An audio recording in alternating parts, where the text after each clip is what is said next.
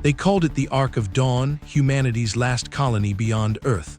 A fragile outpost orbiting a dying world, kept alive by a signal, a single transmission from home. But one day, the signal stopped. No static, no voice. Just silence. The systems began to fail, and fear spread through the corridors like fire. I was there when the last message came through, a voice whispering, "We're not alone. This is the last broadcast," the moment hope died, and something else answered.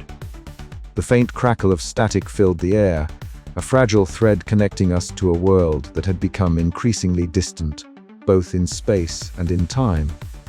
I sat rigidly in front of the console, eyes fixed on the wavering lines of the signal as if willing it to hold steady. Around me, the hum of machines was the only companion to the tension that gripped the room. Sophia Kim, our communications technician, sat nearby, her fingers poised over the keyboard, ready to respond, to decode, to salvage anything from the wavering stream of data. "It's coming through," she whispered, voice barely above the hiss of the static. "It's weak, but it's still there." The broadcast was Earth's last. A faint, fragmented message punctuated by bursts of interference, a voice breaking through the cosmic silence, just long enough to remind us that home still existed. And then it didn't. The signal tore itself apart. The voice cut off mid-sentence, leaving only an oppressive silence that filled the room with a heavy, suffocating weight. I swallowed hard, feeling the breath catch in my throat. "That's it," I said quietly, more to myself than anyone else. "That's the last we'll hear." The colony had been on the edge of this moment for months, watching and waiting as Earth's transmissions grew fainter, more sporadic. Now the silence was absolute. It was a void that seemed to reach through the walls of the station and settle deep inside each of us, a reminder that we were utterly alone. I rose and walked to the viewport, the cold glass framing the barren landscape outside. Jagged rocks and dust stretched as far as the eye could see beneath a pale, indifferent sky. No birds sang here, no wind whispered through leaves, only the sound of our own breathing and the distant, mechanical heartbeat of the colony's life support systems. This was home now, a place cut off, forgotten.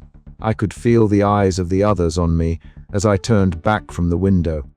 In the main hall, a small group had gathered, faces etched with anxiety and disbelief. Some whispered prayers, others exchanged grim looks, but all of us shared the same unspoken fear. What if we had been abandoned? "We have to keep going," I told them, my voice steady even as my heart pounded. "We don't know what happened, but we can't give up." Still, the silence pressed down, an invisible weight that threatened to crush our spirits. That night, in the solitude of my quarters, I reached for the recorder and began to speak, capturing my thoughts, my fears, my hope. The audio log was the only way I could hold on to a sense of connection, not just to Earth, but to myself. "Day one of silence," I said, the microphone catching the slight tremor in my voice. "The last broadcast is gone. We don't know why, and we don't know what comes next, but we are still here. And as long as we are, there is hope." Outside, the colony settled into an uneasy quiet, the first night of many where the absence of Earth's voice was louder than any sound. It was the beginning of a journey none of us wanted, but all of us had to face, a journey into isolation, survival, and the uncertain future that awaited us beyond the fading signals. The last broadcast was gone, but our story was just beginning. The humming console in front of me was the only sound breaking the pervasive quiet of my quarters. I sat with the headset snug over my ears, fingers poised above the controls. The red record light blinked steadily, a small beacon in the dim. I took a breath and began my log, voice calm but layered with the weight of what I carried inside me. Audio log, day 47 since the final signal. The silence from Earth has stretched into a void that threatens to swallow us whole.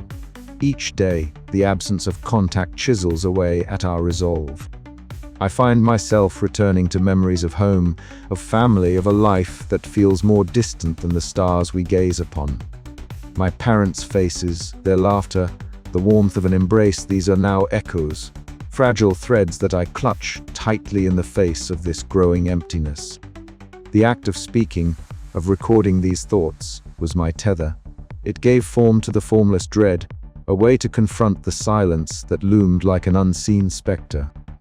I remembered why I had become a communications officer, not just to decode signals and manage transmissions, but to keep our connections alive, to bridge the vast gulf between worlds. Now, with no signal, I was left to bridge the chasm within myself and among us. Outside my quarters, the colony stirred. The communal hall was a place where we sought refuge from isolation, a fragile cocoon against the creeping despair. Maya Singh moved among the colonists, her warm smile a balm to frayed nerves. She encouraged conversation, shared stories of Earth's festivals and traditions, and organized small gatherings to remind us that we were more than just survivors, we were a community. I joined one such gathering reluctantly, the chatter and laughter a stark contrast to the silence we endured. Yet beneath the surface, the tension was palpable. Conversations often circled back to the same questions. Was Earth truly silent? Had we been abandoned? Did anyone remember us anymore? Maya's presence was a steadying force. She reminded us that hope, however fragile, was a choice we had to make daily. Her optimism was neither naive nor hollow. It was a resilience born from compassion and shared hardship. Watching her, I understood the importance of her role, not just a medic, but the emotional anchor that many of us desperately needed. But in quieter moments, away from the communal spaces and smiling faces, the solitude returned. I wandered the corridors, the hum of life support systems and machinery our only companions. The absence of incoming transmissions was a void that pressed against my chest. It was as if the universe itself held its breath, waiting to see if we would endure or succumb. I often found myself staring at the communication array. Its silent dishes pointed toward a distant Earth that no longer answered. The technology that once linked us was now a monument to loss. I wondered what messages might have been sent in those final moments, pleas for help, words of farewell, or silent screams swallowed by the void. At night, when the colony settled into uneasy rest, I returned to my logs. I spoke of what I saw, felt, and feared. I told stories of our past and whispered hopes for our future. These recordings were more than a chronicle. They were a lifeline. We are adrift, I confessed in one log, but not yet lost. The silence is our adversary, but it cannot extinguish the spark within us. We must hold on to that light, no matter how faint. The chapter closed with a fragile promise. Despite the shadows gathering around us, we would not surrender. Our voices, recorded and remembered, would become the echoes that sustained us through the dark. And as I ended the recording, the red light blinked on, steady and unwavering, our last broadcast to the silence. The metallic clang of the supply bay door echoed down the sterile corridors as Liam Ortega stepped inside, clipboard in hand. The cold light flickered overhead, casting long shadows over rows of carefully stacked crates. Each container was a lifeline, and as Liam had come to realize, a fragile one at that. Today marked the beginning of the new reality rationing. The colony's finite resources, once a buffer against the unknown, were now being measured with surgical precision. Liam's footsteps reverberated against the metal floor as he moved systematically between the stacks, cross-referencing data on his clipboard with the physical inventory before him. His face, usually calm and pragmatic, was tight with concern. The numbers were grim. Supplies were dwindling faster than expected, and with no word from Earth, the possibility of resupply was slipping further into the realm of fantasy. Outside the supply bay, murmurs of unease rippled through the corridors. Colonists whispered in hushed tones, their faces drawn and eyes flickering with worry. For many, the idea of rationing was not just a logistical challenge, it was a stark reminder of their isolation.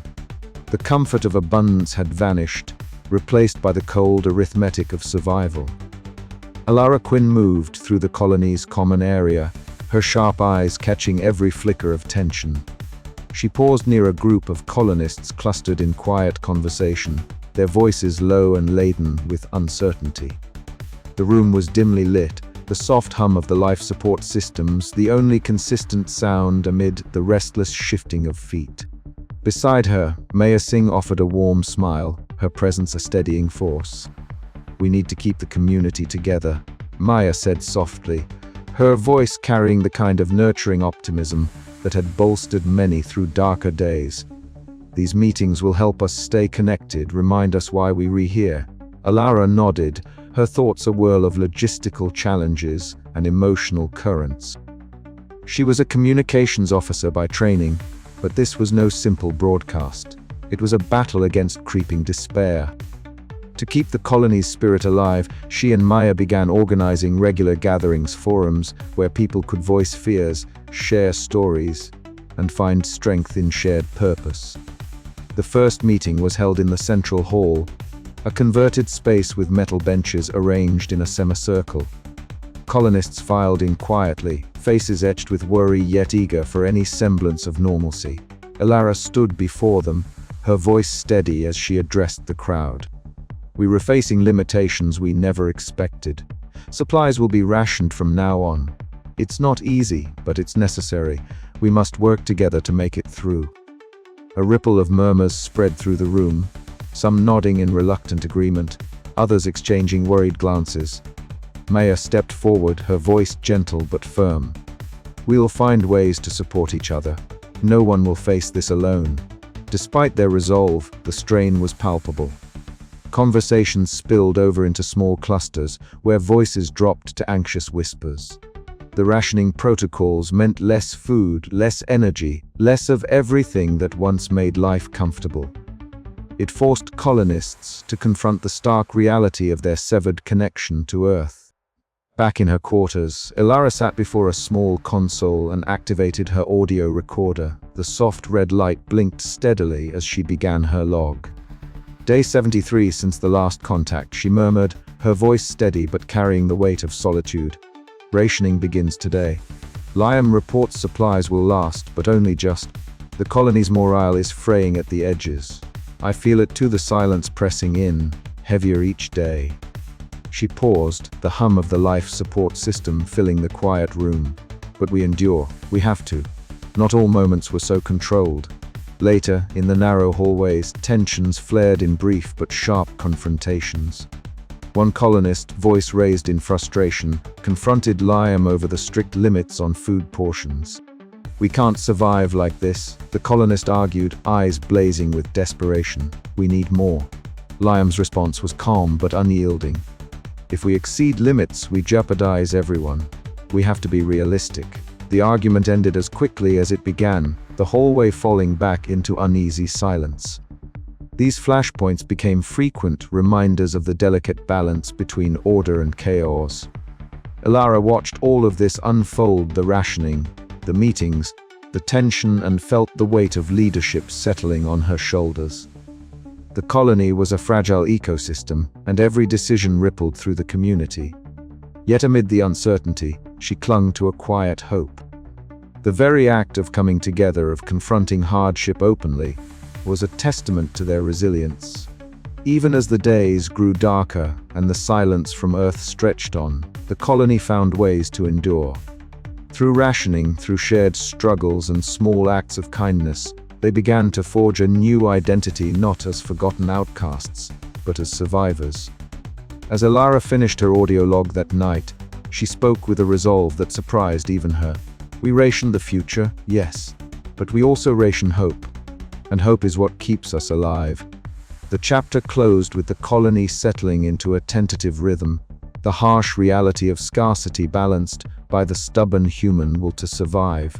Outside, the stars blinked cold and distant, silent witnesses to the fragile lives below.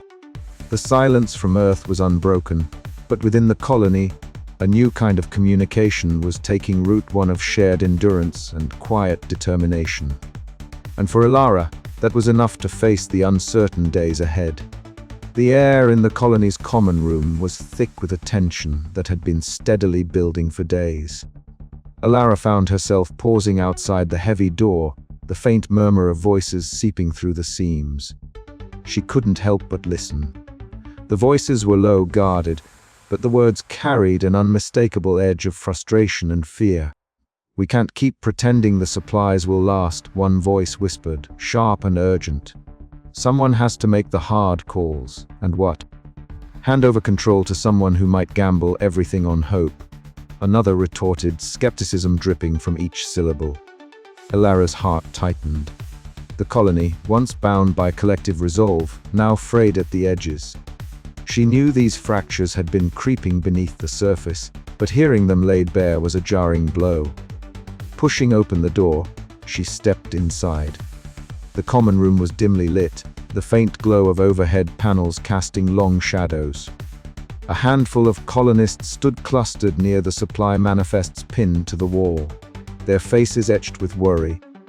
Ilara Maya greeted her with a tentative smile, her eyes reflecting the unease that clung to all of them. "We were just discussing the ration adjustments." "And the leadership," added Liam, his arms crossed defensively. "Some think we need a different approach, someone less optimistic." Ilara swallowed hard, the sting of their doubt piercing deeper than any physical wound. "We're all trying to survive," she said quietly. "Optimism isn't a luxury, it's a necessity." The conversation was interrupted by a commotion from the engineering bay. Ilara exchanged a knowing look with Maya before moving toward the source of the discord. Inside the engineering bay, Jonas Vega stood before a small group of colonists, his face grave beneath the harsh fluorescent lights. His glasses caught the gleam of the monitors, but his eyes were fixed on Ilara as she entered. "Ilara," he began, his voice steady but edged with concern, "your plan to send a team out to salvage equipment is reckless. We don't know what dangers await, and the risks could cost us dearly." Ilara squared her shoulders, meeting his gaze with quiet resolve. "If we don't act, the life support systems will fail. We have no choice." Jonas shook his head. Risking lives on a hunch isn't leadership, it's desperation. The tension between them was palpable, a clash of pragmatism and hope. Around them, colonists shifted uncomfortably, caught between fear and the need to believe. Later that night, Ilara retreated to her quarters. The silence was oppressive, wrapping around her like a shroud. She sat before her console, the soft glow illuminating her tired features as she began recording an audio log. "Day 92, she spoke softly, voice thick with exhaustion. "The colony's fractures deepen. Doubt shadows every conversation. I feel it too, the gnawing fear beneath my resolve. But I can't let it consume me. We have to hold on, for them, for all of us." Her words hung in the still air, a fragile thread of hope woven into the fabric of uncertainty. The next day, Maya Singh worked tirelessly to bridge the growing divides. She organized a small gathering in the communal area, inviting colonists to share stories, fears, and small comforts. Her warm smile and gentle presence were a balm against the encroaching despair. As colonists gathered, the room filled with soft murmurs, the clinking of cups, and tentative laughter. It was a fragile moment of connection, a brief respite from the storm, yet beneath the surface, the fractures remained. Whispered doubts, heated debates, and sleepless nights marked the colony's slow unraveling. Ilara knew the path ahead would be treacherous. To survive, they would need to confront not only the unforgiving environment beyond their walls, but also the silent threat growing within the fracturing of their fragile humanity. The chapter closed on Ilara's gaze, fixed on the horizon beyond the settlement, the weight of leadership heavy on her shoulders. The silence from Earth was not just a void outside, but a growing chasm inside each of them. The heavy silence pressed down on the colony like an invisible fog, settling over every corridor and living quarter, seeping into the bones of the settlers. Ilara Quinn sat alone in her dimly lit quarters, the faint hum of life support systems the only sound to break the oppressive stillness. The emergency lights cast a muted red glow, shadows stretching long and wavering as she adjusted the microphone for her audio log. Her fingers trembled slightly as she pressed record, the act itself a fragile tether to sanity in the vast loneliness. Day 157, she began, her voice low, raw with fatigue. The silence from Earth persists. No transmissions, no signals, just this endless void. Sometimes I wonder if anyone is out there listening anymore, or if we've simply been forgotten. Her eyes, sharp and alert by nature, now betrayed a flicker of vulnerability that she rarely showed. The burden of being the colony's communications officer now doubled as the weight of hope and despair upon her shoulders. She paused, swallowing hard before continuing. I can feel it, the silence. It's not just the absence of sound, it's a presence. A void that fills the spaces between us, gnawing at the edges of our minds. The audio log was as much a confession as a record, a glimpse into the private battles she fought against the creeping isolation. When she finished, she exhaled slowly, the act of speaking aloud a small victory. Yet the silence that followed was a stark reminder of their predicament. Outside her quarters, the colony stirred with muted activity. Maya Singh, the community coordinator and medic, moved through the common areas like a steady pulse of warmth. Her curly hair was pulled back in a practical ponytail, and her approachable smile was a rare beacon in the gloom. Tonight, she had organized a small gathering in the communal hall, an attempt to stitch the fraying edges of morale back together. The common area was modest but functional, tables pushed aside to make room for a circle of chairs. Colonists gathered, faces etched with exhaustion and worry, but as Maya began to speak, a tentative energy sparked. She led them in storytelling, encouraging each to share memories from Earth or hopes for the future. Laughter, hesitant at first, rippled through the group, mingling with the soft hum of the colony's life systems. For a moment, the silence was broken not by the distant, unreachable voice of Earth, but by the fragile human connection forged in this alien outpost. Alara, watching from the doorway, felt a stirring of something she hadn't felt in weeks, a flicker of hope. Yet it was quickly tempered by the reality she knew all too well. The colony's survival depended not just on supplies or technology, but on their ability to endure the psychological weight of abandonment. Later, she stood by a reinforced window, looking out over the barren expanse of the alien landscape. The night sky was a deep, unyielding black, starless and silent. The terrain stretched endlessly, a desolate wasteland of jagged rocks and shifting dust. The silence pressed against the glass, heavy and suffocating, as if it sought to swallow them whole. Her breath fogged the window as she leaned closer, searching for some sign, anything that their isolation was not absolute. But there was only the void. Her reflection stared back, eyes wary but resolute. The colony was fragile, and so was she.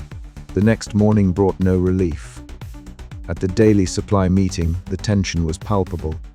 The colony's dwindling resources were laid bare, and though Liam Ortega maintained strict inventory reports, murmurs of dissent rippled through the crowd. Some colonists questioned the leadership's decisions, their voices low but edged with frustration and fear. Alara stepped forward, her voice steady but carrying the weight of urgency. We must remain united. Every ration, every choice is critical to our survival. We cannot let fear fracture us. Yet beneath her words, she felt the fragility of their bonds. The psychological toll of the silence had begun to manifest not just in whispered doubts, but in restless nights, nightmares, and growing paranoia. The colony was at a crossroads, and the path forward was obscured by uncertainty. That night, Alara recorded another audio log, her voice a mixture of exhaustion and determination. We live in silence, but we cannot let it define us. We hold on to each other, and to the hope that still flickers somewhere beyond this void. For now, that must be enough. As she ended the recording, the colony settled into uneasy sleep, the silence outside unbroken but no longer absolute. Within their hearts, a quiet defiance took root, a promise to endure, even when forgotten. And somewhere in the darkness, the faintest glimmer of hope began to stir. End of